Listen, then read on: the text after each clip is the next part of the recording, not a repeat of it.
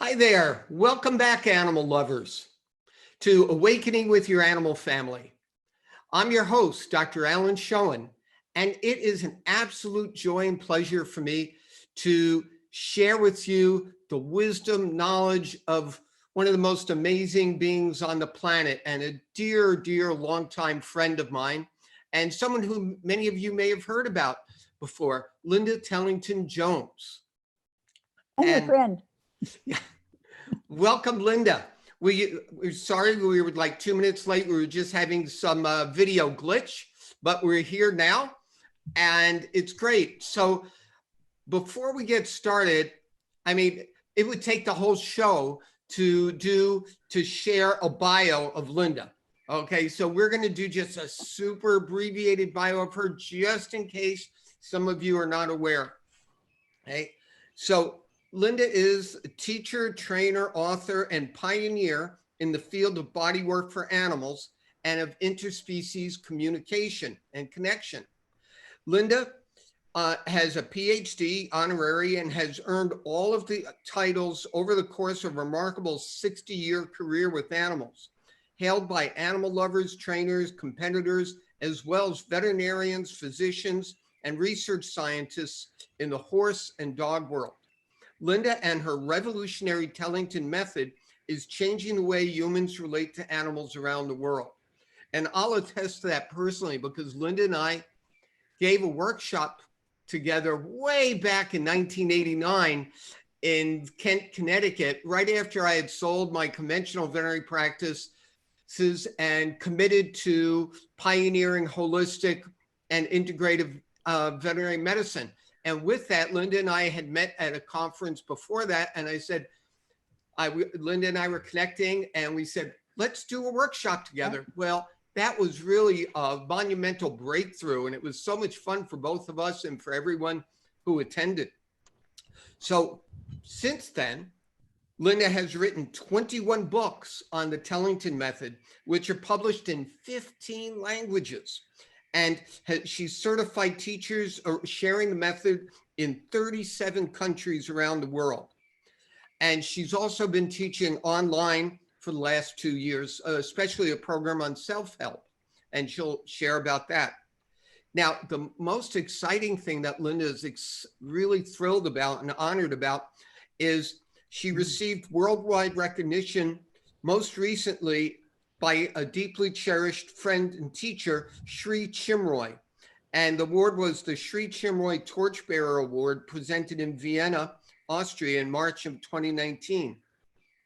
It was in recognition of her lifelong devotion to the development of a heart-based method that nurtures a unique, peaceful connection between animals and people.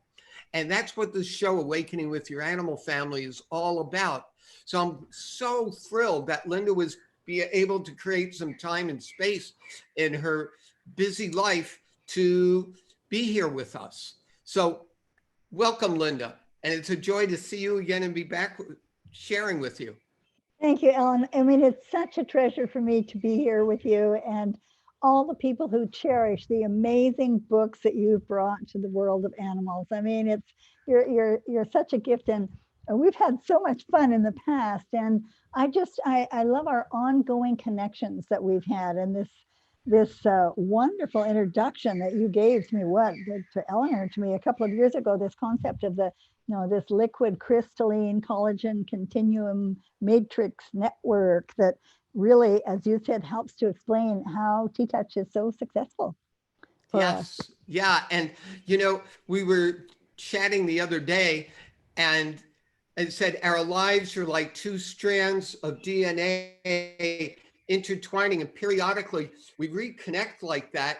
And then the sparks of light come out and we go, wow, we're dancing in the same realm, sharing the message with different audiences and sometimes overlapping audiences, but that it's this continued strands of wrapping DNA that's unfolding and unwrapping into the new paradigm of a whole new way of connecting and being with animals and nature as the world is going through these unfoldings.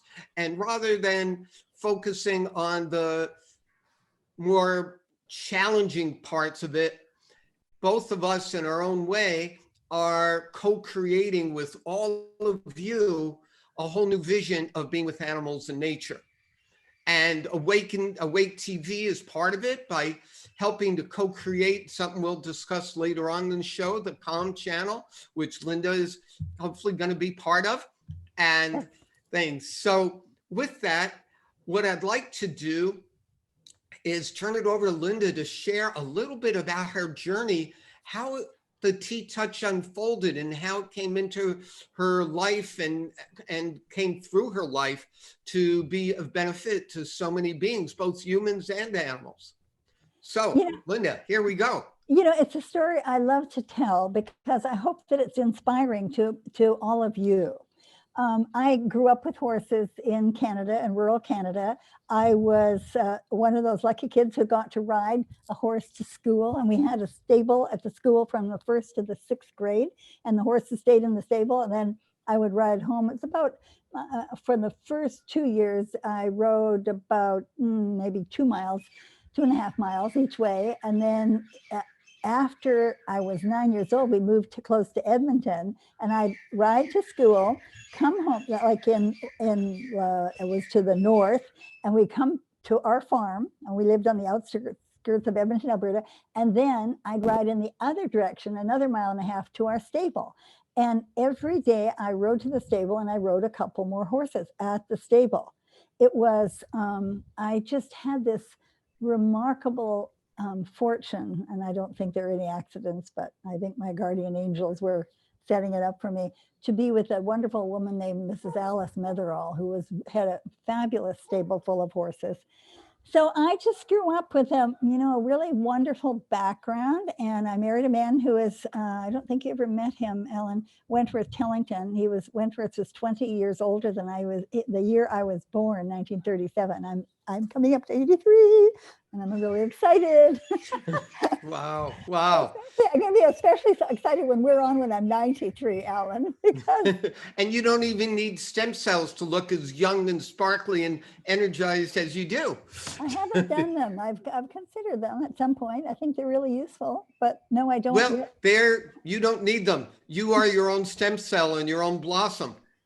Well, and actually I want to talk about that later. What's at the heart, heart of T-Touch, because that's for everyone. That is the keys to success with T-Touch.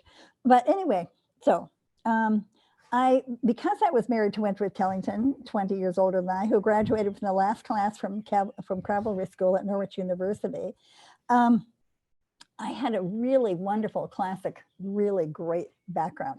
And we started a school for riding instructors in 1964, and it was very successful. We had students from 9 countries and 36 states who came and lived with us for 9 months. And I'm still in touch with Shannon Weil, who put me up on social media to get a lot of our people listening to us, Alan. So then I won't tell you all the story, but then I had an amazing, wonderful horses to show with Hungarian horses, and we had a really good string of show horses. But my interest was always, how can we deepen our respect and our relationship with our horses? And when I say respect, I come from the word, it's a root word from the inspect, to see, and to see the heart, the soul of the animal. That's what I'm interested in. You hear in the horse, well, the horse should respect you. We need to see the soul of the horse. And this is my passion, is to, just like you. I mean, this is why I love being on this show with you, which I'm sure many, many, many of the people here have the same concept that we do. This idea that we recognize the soul of our animals. And so T-Touch is 1 1/4 circles. It's the message is heart to heart, cell to cell communication, and soul to soul. So anyway, I in 74, I made the decision to stop everything. I shut down my school. I had wonderful horses. We had a really big Fasig-Tipton sale, a very fancy sale with people from all over coming to buy our horses. And I took off for Europe with the idea that I wanted to find out what was I really doing here on the planet. You know, because I was very disappointed in what I was seeing in the horse world, this lack of respect, lack of ability to see the soul of horses. And so I took off to Europe, and I actually was on my way, believe it or not, to work with a friend who was filming gorillas in Zaire. But when I got to Germany, a friend of mine, Ursula Bruns, who visited me at our school in California and had taken our style of riding back, she wanted me to stop whatever I wanted to do because I thought I was out of the horse world and start a movement for German riding, based on the balance seat style of riding and the connection and respect that we developed with horses. And so I said, okay, well, I could do that. I could do that for a year, just 1 year. And my partner at the time, Roger Russell, wanted something that he could bring to the scene because he had not been a horseman before. And so we had done one session, you all, at Esalen Institute. When I was there, I was doing taking a workshop. And we'd done one Feldenkrais session. And if you all haven't experienced the Feldenkrais work, it's life-changing. So in 1 hour, just doing this, being guided through a lesson, I stood up, and my pelvis, that as a rider was kind of a fixed pelvis. And, you know, in those days, how you got your shoulders back, it wasn't anything about centered riding or connected riding and awareness. It was put your elbows back and stick a crop. Do you remember that, Alan? Oh, yeah. Yep. Stick a crop and force it. Well, of course, it gives you an arched back, not the best, right? So anyway, I stand up from this one awareness through movement, and I could move my pelvis. I could move my body in a whole different way. It was like, I mean, it was amazing. So anyway, and we danced like crazy that night to rock and roll music. Okay, so jump forward.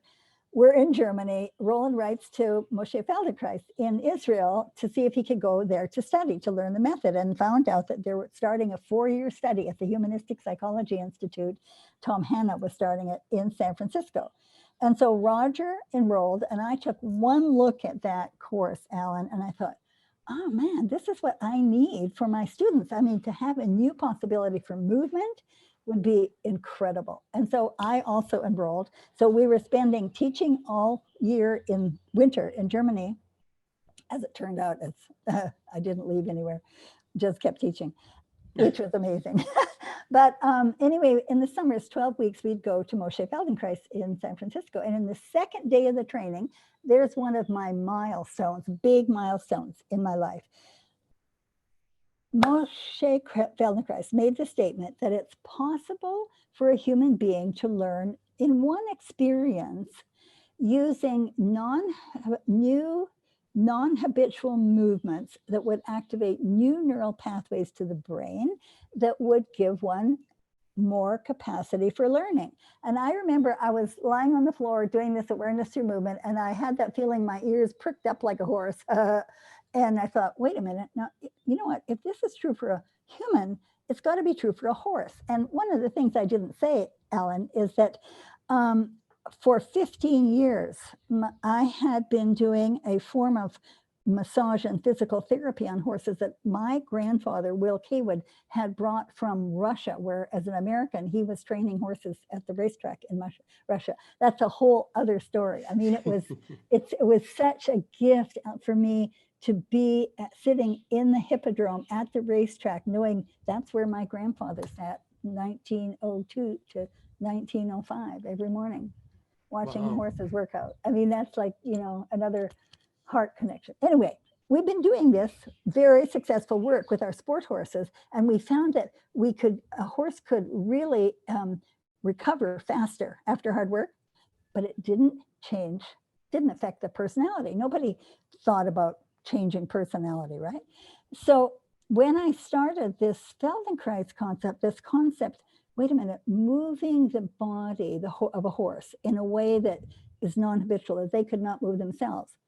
It gave me new thinking, because we've been doing all kinds of things, and you may have already seen my book.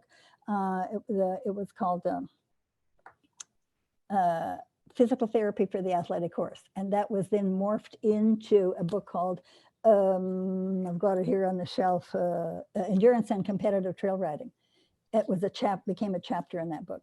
So anyway, I started moving a horse with a new awareness, just saying, can the horse, what would happen if I move the ears in a way that the horse can't, and just take the head and move it? Remember, this is like the Oh yeah, I remember.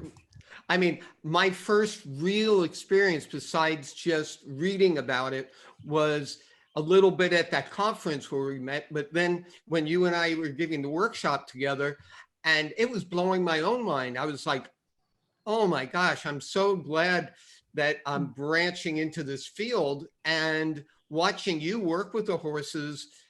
I said, this is the way it's supposed to be. And it isn't even the word work isn't appropriate. The way we are being with the horse, it was a transformative way. And then you also took that and extrapolated that, brought it out to dogs and cats, so that all of our, and wildlife. And I mean, your stories with wildlife also are awesome.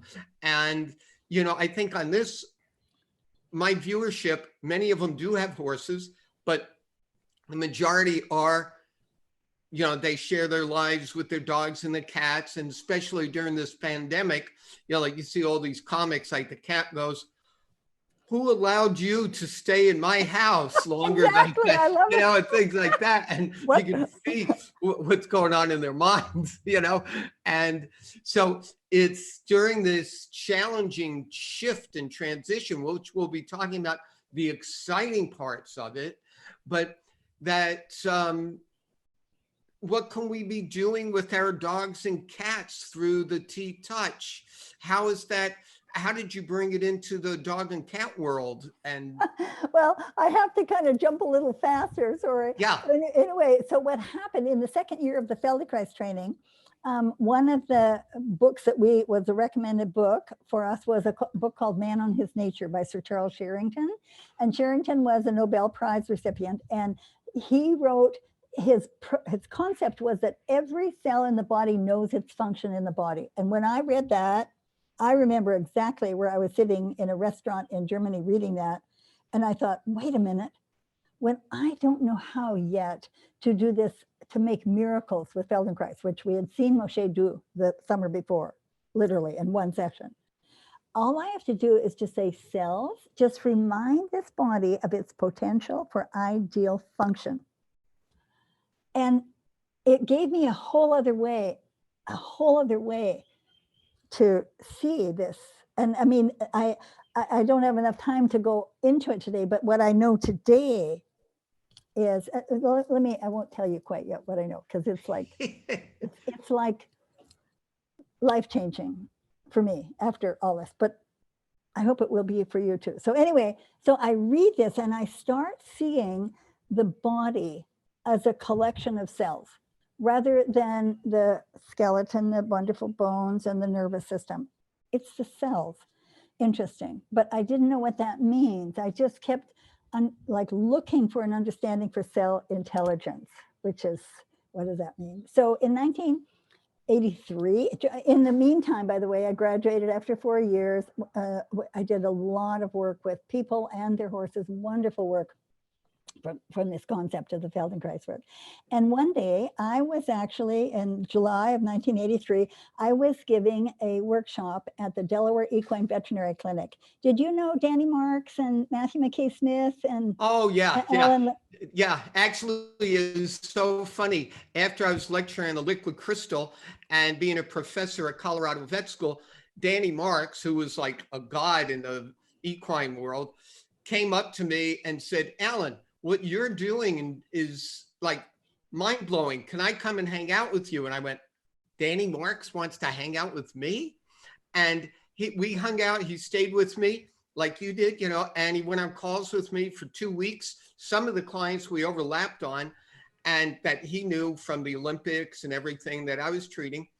And after that, he started lecturing on some approaches that I was doing that he goes, we used to have to inject sacroiliacs on the horses and this and that.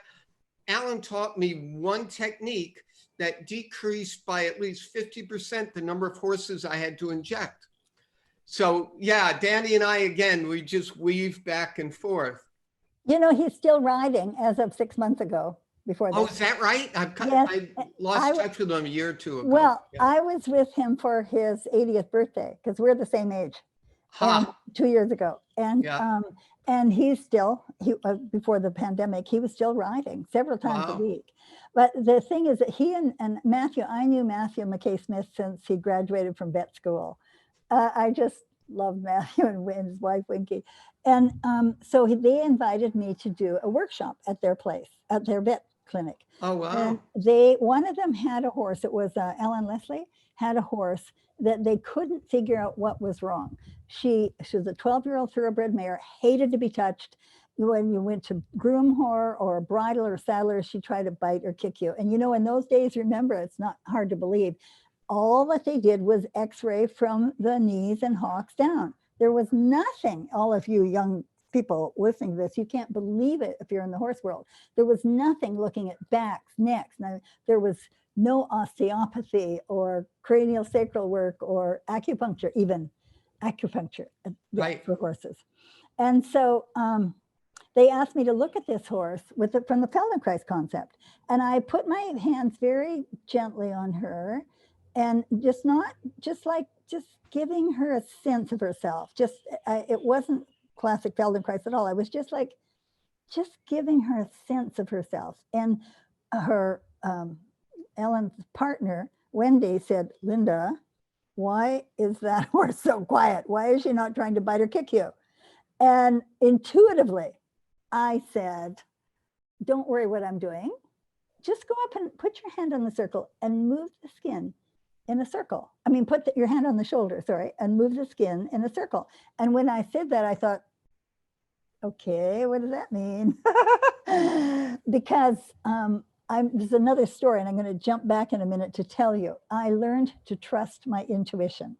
So I didn't tell her I didn't know what I was talking about, and I trusted, and she went up and she just started moving the tissue, like this, just moving the tissue. For those of you who have animals, it's not making a circle over. Just try this, follow me.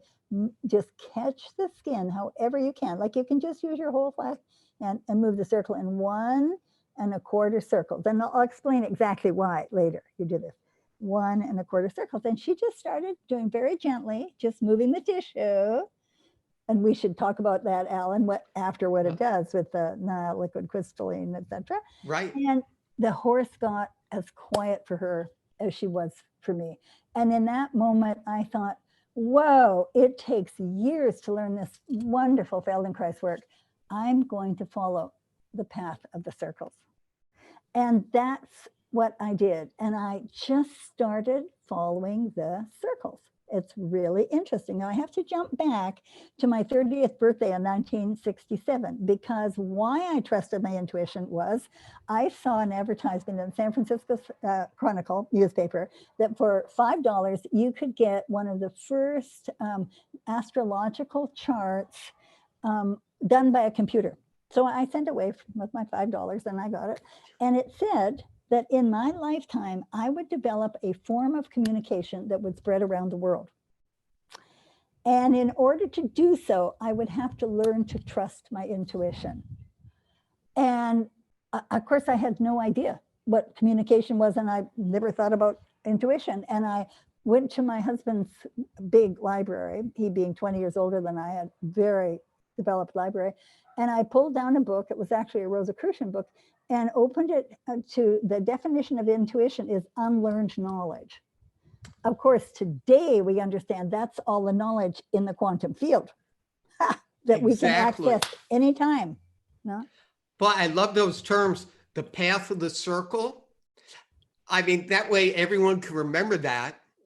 And then that intuition is unlearned knowledge. Yeah. What's so awesome now is, as we understand quantum physics, or when you and I were, when I was sharing with you the way I was teaching acupuncture based on the liquid crystalline collagen continuum, that explains all the biocommunication, you know, through light, through biophotons, and through this bioelectrical continuum.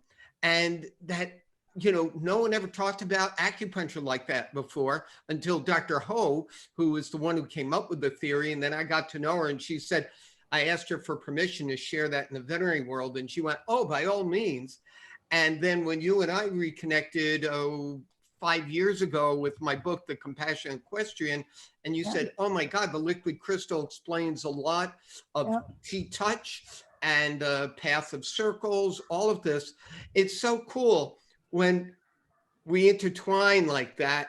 And then new sparks of light in the brain, as they show in neuroscience now. Sometimes it's just that new idea that bridges two neurons and then creates a whole new circuit in the brain. And then as you and I are connecting and everyone's connecting on Awake TV, it's awakening a whole quantum field of healthier, happier, more harmonious energy in a world that sure can use it right now. Yes, it's time. It's our time. It's our time. And one of the things I wanted to bring in, because we were talking before with the producers of the show and talking about how this concept of the new paradigm. New paradigm. Yes, let's go into that. And the thing is, I was thinking about, you know, the old paradigm was based on fear. Exactly.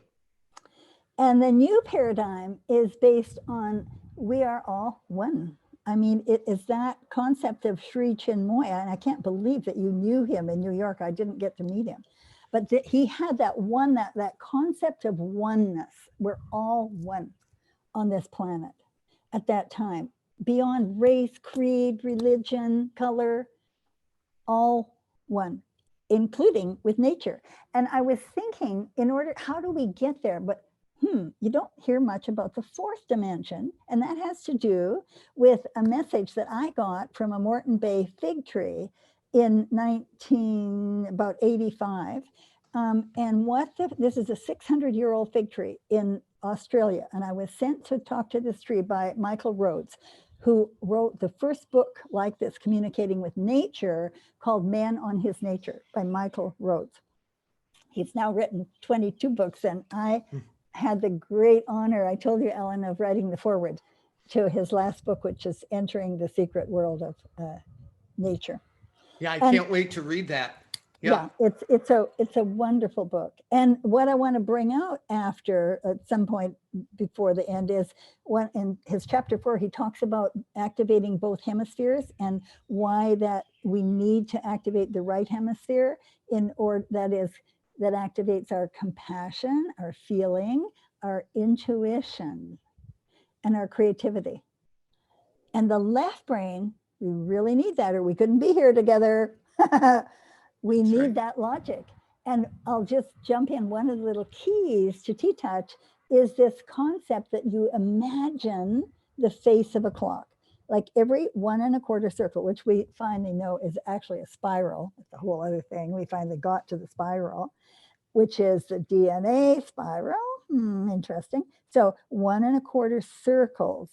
And so we imagine the face of a clock. And Ellen, let's bring in what you had Eleanor Silverstein on a couple last week, right? Last week Eleanor was on. Thanks to you introducing us. Yeah. My dear friend, and she introduced the heart hug, and I'm going to bring that up to you again, because during this time when we get like, it's really easy if you overdo listening to the news, that it's very easy to go to that place of fear and really being upset and being under under the control of our limbic system, this whole emotional center. When we can shift that to the forebrain to be actually able to look around us and think, wait a minute, just let me write down like 5 things for which I'm grateful, because gratitude overrides fear. That's Mm. something for us, really. Just go to a place of gratitude. And a couple of times, I don't know how it's been for you, Ellen, but I'm usually like, I'm the person that has practiced for 40 years, seeing a half empty glass as half full by writing my gratitudes. A couple of weeks ago, I couldn't do it. I was so upset by what I was thinking of, what's for many, many people anyway. And so I had to sit down and say, wait a minute. I had a labyrinth, by the way, laid out in my living room with painter tape, like our T-Touch labyrinth. And I'd walk in the labyrinth and I'd imagine that I'm going to suggest that for your readers anywhere, I mean, your listeners, anywhere they can do it on the driveway, because, if you can, some of you go outside, but if you can do it also in the living room, you can just lay it out. And I would go in there and because it gives boundaries, and boundaries are really important for us. And I'd go in and I was imagine that I was with a horse or a dog in one of the countries that I get to teach in with some of the people. And every time it would be different. And that would just like ground me and focus me. And I just imagine, I'd like you all to do this now. Let's just stand up a moment and let's feel the breath of the earth. Let's just do this a moment.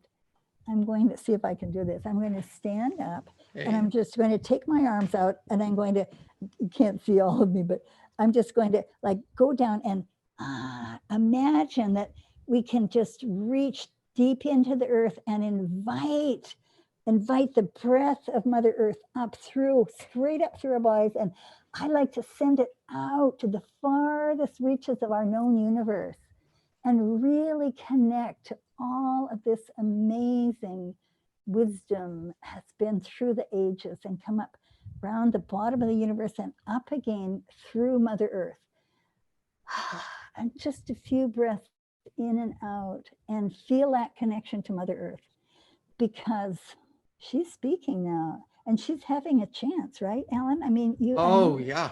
Tell her about the orcas you're seeing. Yeah, well, it's so beautiful, just what you're sharing, because that is exactly what I was doing this morning. Okay, oddly enough, that it's a variation on a theme of a form of medical healing Qigong.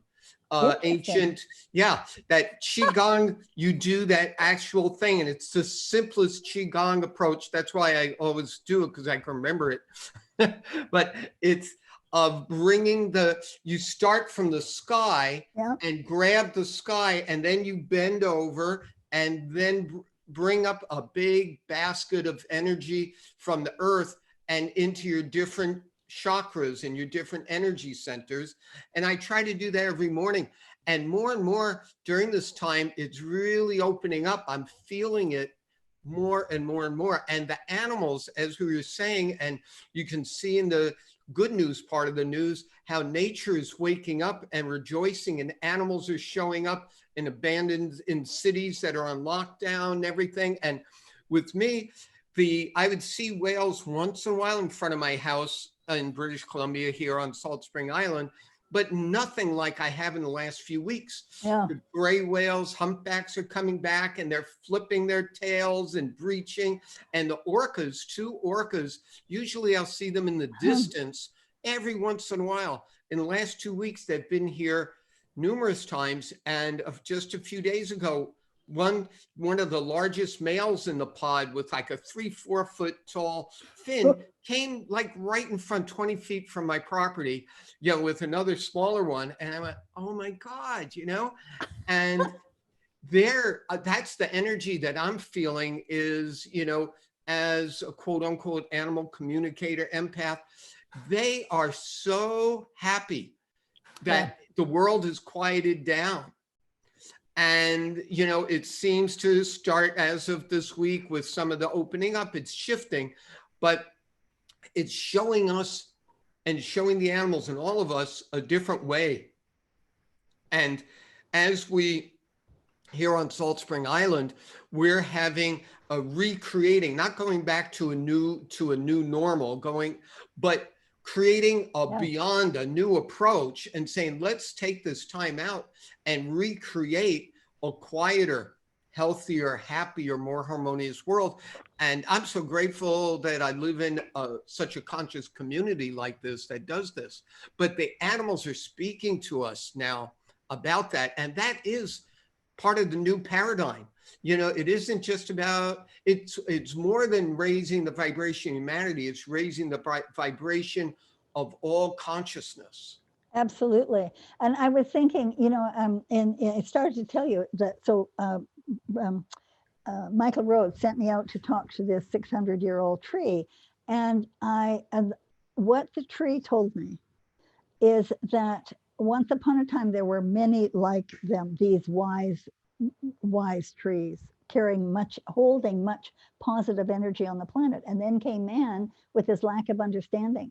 And it created so much negativity that all kinds of stuff happened. But I'm not going to go into that. The basic message was that in order to bring the planet back into balance, the kingdoms of the plants and the animals and the minerals and the nature spirits must be recognized as one with us humans. That we recognize the God within is only the start. That the kingdoms and all of nature are recognized and accepted and seen as one. That's the key to survival, not only to survival, but to heaven on earth. And that's a message I keep getting over the years from the stones, from the wind, from the flowers. It's about this heaven on earth. And heaven on earth is when we begin to live in harmony and we have compassion for others. We have feelings. And Alan, you and I talked about like, what do animals bring us? That was a theme, right? Like, Right. What do our animals, why are they so important? I mean, our Westie crossed the Rainbow Bridge about 6 years ago. And because I usually travel so much, we can't have a dog anymore. But this is my little helper. And just as a spirit dog. So the thing that's important, I think, one of the things is that throughout our history, animals have helped us, with transportation, with all the things that they do, watchdogs, kitties that took care of things. Today, they don't do that in the same way. Today, I believe they are still absolutely responsible for our survival, but it is our spiritual survival. And did you ever read that? I can't think of the name of this book I read about 35 years ago, but in it, Ken Carey, I believe was his name. Do you remember that book? Starseed Transmission. Starseed Transmission, yes. And what he said, and I think it was on page 11, because I remember this for years, that after the fall of the Garden of Eden, when mankind could no longer speak to the animals, lost their ability then to speak to the animals, that our animals connect us to nature and to the divine. And that is, now we have all this animal communication. It's back. And when we recognize that these beings, I mean, you should see, I have a whole couch over there waiting of little stuffed, not of all kinds of stuffed animals, because if you can't have a live animal, order online, get one of these guys, because they will bring your spirit until you have an animal in your life in some way, if you can. Yeah. Because that's it, what I've been feeling during my whole life, but especially during my veterinary career, is, gosh, if we could harness the healing power of the love of animals as an amazing unifying force on this planet, that in itself could transform the world. Because so many people, they have their dog and their cat or their snake or their bird or whatever, and they may not consciously realize that this is their connection to all that is, to nature, to the harmony, to the bigger picture. Right. But subconsciously, they're connecting to that. And it's to that heart space. Yes. And it's that heart to heart, cell to cell.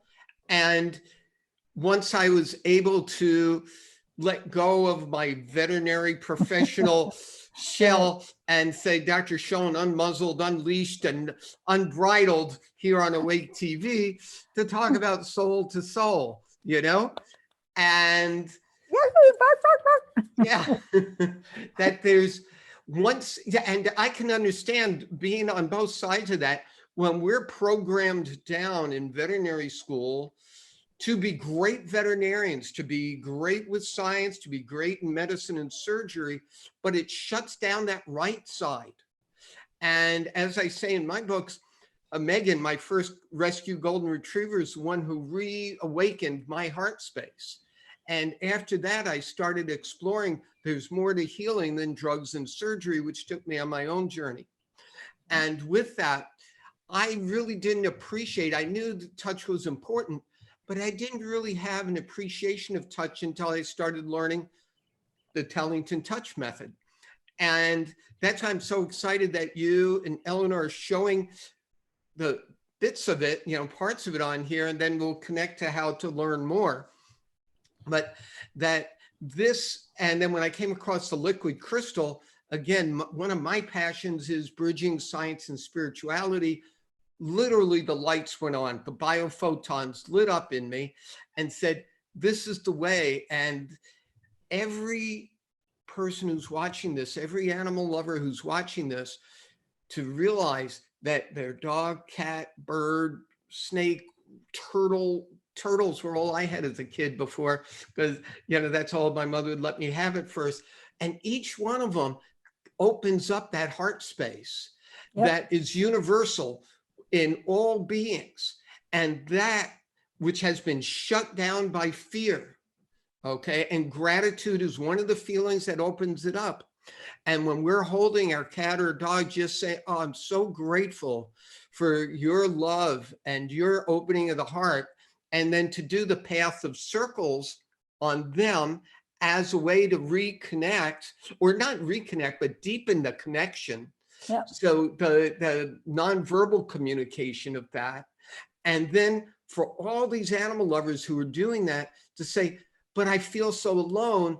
And through the calm movement, which we're starting to co-create here, and the calm being the acronym for the Conscious Animal Lovers Media or Conscious Animal Lovers Movement, we can use this, harness the power of the love of animals, of the ones in our lives, to, at this moment when everyone's trying to figure out where are we and what's going on, saying with that confusion, out of the confusion and the chaos, there's an opportunity for all animal lovers worldwide to unite in creating a new lotus, having the lotus unfold, the lotus of our heart to unfold, and creating a whole new paradigm of gratitude, loving kindness, compassion for all beings, and to have that as the choice, as the foundational choice for every choice, every decision we make. I just put that out to British Columbia, and, you know, as they're saying, they're asking us, the Green Party, which we have on Salt Spring, the head of the Green Party is our representative here. And they sent out a questionnaire. Give us your suggestions for co-creating a new paradigm out of this. Wow. And that's what we're sharing. And that's what this is about. And that's what the calm movement is about. And I'm so grateful to Awake TV for creating the platform for this to unfold like a lotus. And with this lotus, if you could just, you've been sharing with us little bits beautifully about how we can do that for ourselves, and to share a little bit of more, where we have so much to go over, but just a few more take homes on that everyone can do as they're still holed up inside with their animal friends. Exactly. And one of the things that I'm just going to, first of all, give you the basics. If you start, because, well, first of all, let me give you one of the reasons that T-Touch is easy to learn is that we have 9 elements of T-Touch. And so you learn the basics of the 1 1/4 circles. and how that activates both hemispheres, the logic behind it. Then we have the pressures, and you need to know the pressures. And we have a pressure from 1 to 10. Doesn't matter for our whole method, whether it's for humans or animals. Doesn't matter if I'm working with an elephant or a mouse or a human. And what's really interesting, for instance, I have worked on elephants that were really, really nervous, and they feel this one. I'm thinking of an elephant in the Toledo Zoo many years ago could feel a 1 pressure, and she was so afraid she started shaking. And so I don't know, has nothing to do with the size. So I'm going to tell you that most of the time when I'm working on a dog, I would be applying between an average 2 to 3 pressure. On a kitty, it's mostly like maybe a 2. On a human, depending on the human, some like much more pressure, like they might even like a 5 or 6. But most who are, well, many like a 2 or 3, because you're connecting to that liquid crystalline. You're connecting at a cellular level, which is different. But we meet people where they are. We ask them, what do they want? And it's the same way with the animal. We want to start with them in a way that develops trust. And so I'm going to show you, first of all, how you get those pressures. So simple. I'm going to give you a 1 pressure and a 3, and you need this to be able to go to your animals. So I'm just going to support my elbow so I don't have, any tension. And I'm going to connect with my thumb on my cheek, and I'm going to use like my forefinger and just take a nice deep breath and move that skin on my eyelid in a circle and a quarter. With, of course, the lightest, it takes very little, doesn't it, to move that. Now, that's the almost the lightest pressure. There is actually a half a pressure if, like when I broke my wrist, you want to really work on it quickly because all the swelling and the pain will go away, but I'll tell you that after. So let's go to our arm now.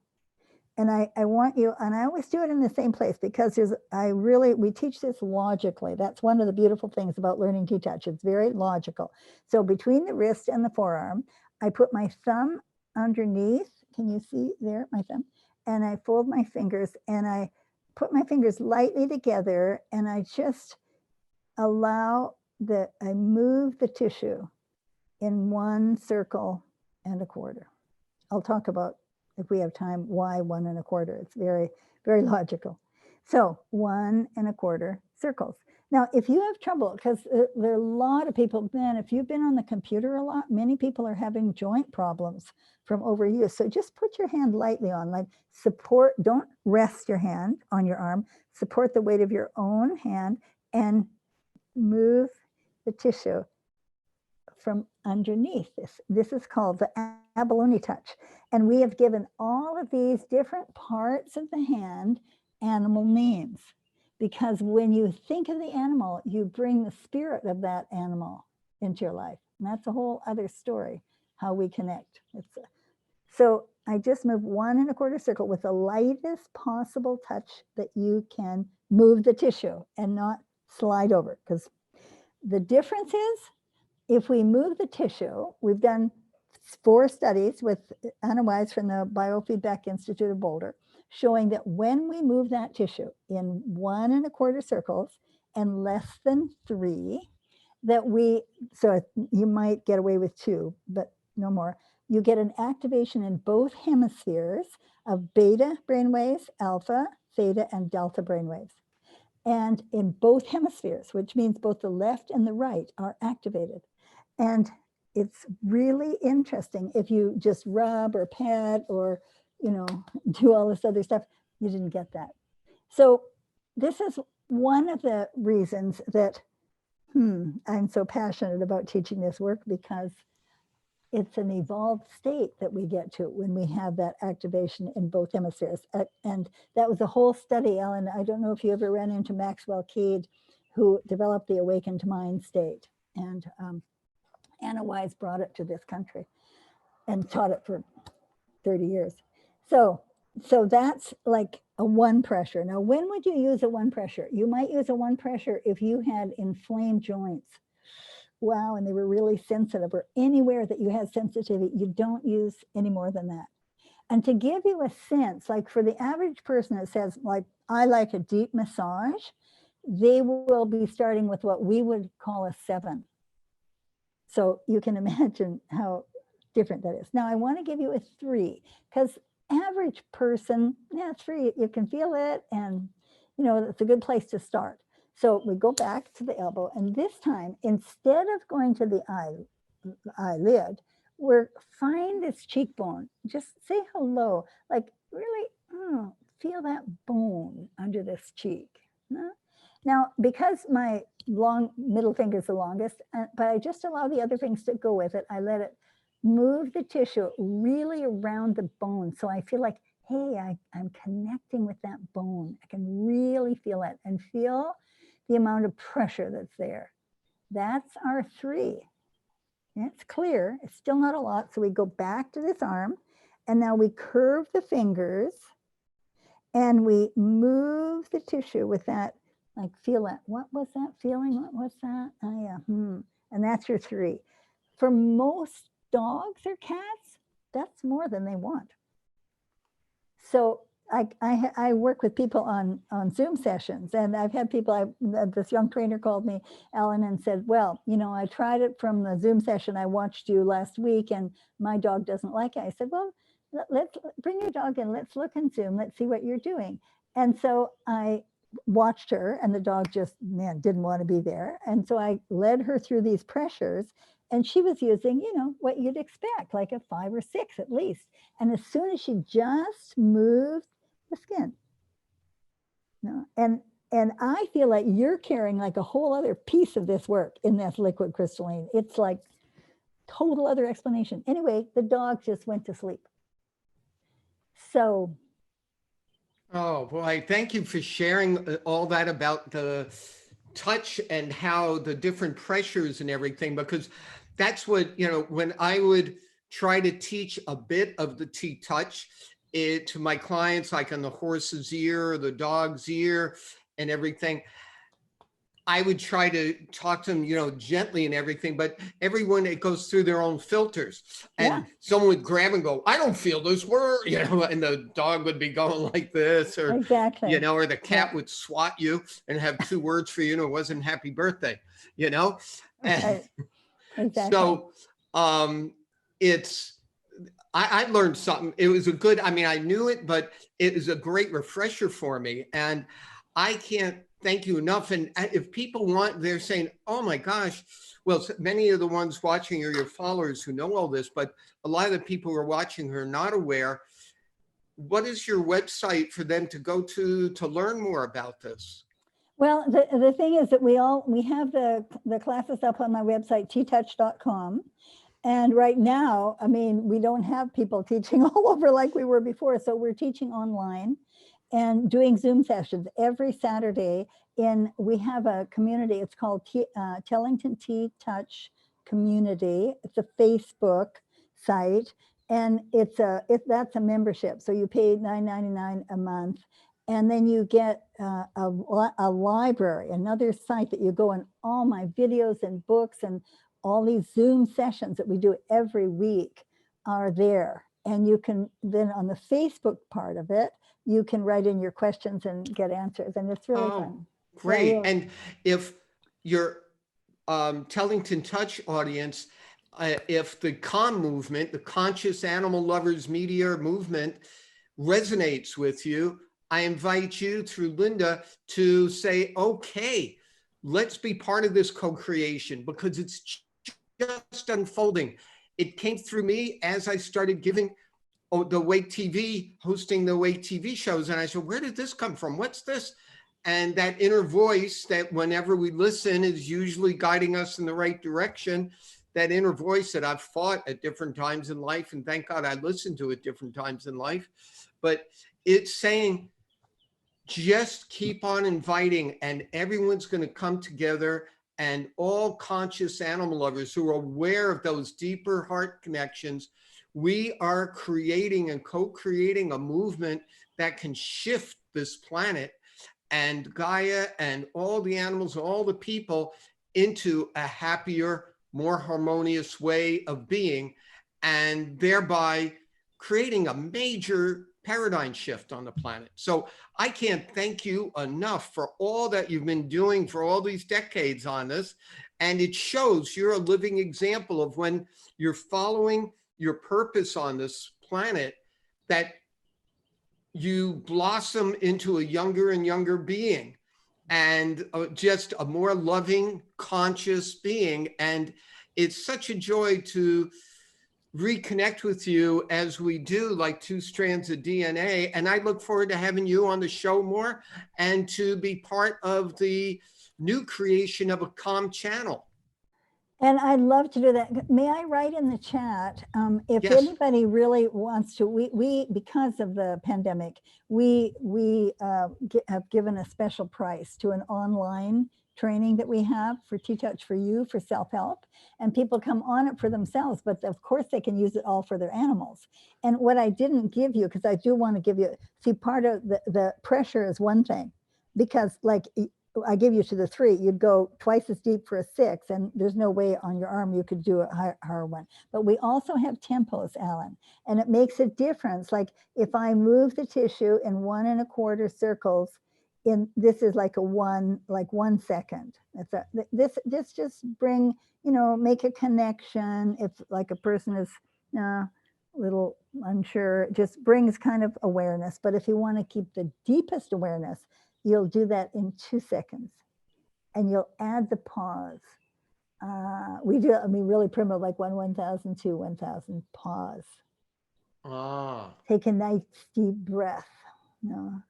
And in that 2 seconds with the pause, that allows that takes us to the same place as the cranial sacral still point. And what's really interesting is, well, it's too much information. I want to give it all to you, but we can't do it. We'll have another show. Yeah. But let me give you one other quick, if I can. Think every cell in the body is a genius and knows its function in the body. And we have that scientific proof now from Bruce Lipton and Joan King, and there's other people who can show it. And I love the concept of science and spirituality. Just know that this body and your animals, they're all full of divine sparks in every cell in the body. And that 1 1/4 circle is like a link to that divine source consciousness. Oh, thank you so much. What a beautiful way, and profound and loving, caring way to complete this episode. And I write in there in the conscious. Let me write in there. And we will see you much more, and we'll be co-creating the calm movement with all animal lovers who want to be part of it. Thank you, thank you, thank you. And until next week, thank Awake TV and Amanda and John for creating this. And thank you all for being here, and have an awesome, loving, compassionate, healing, happy week. Bye for now. Aloha.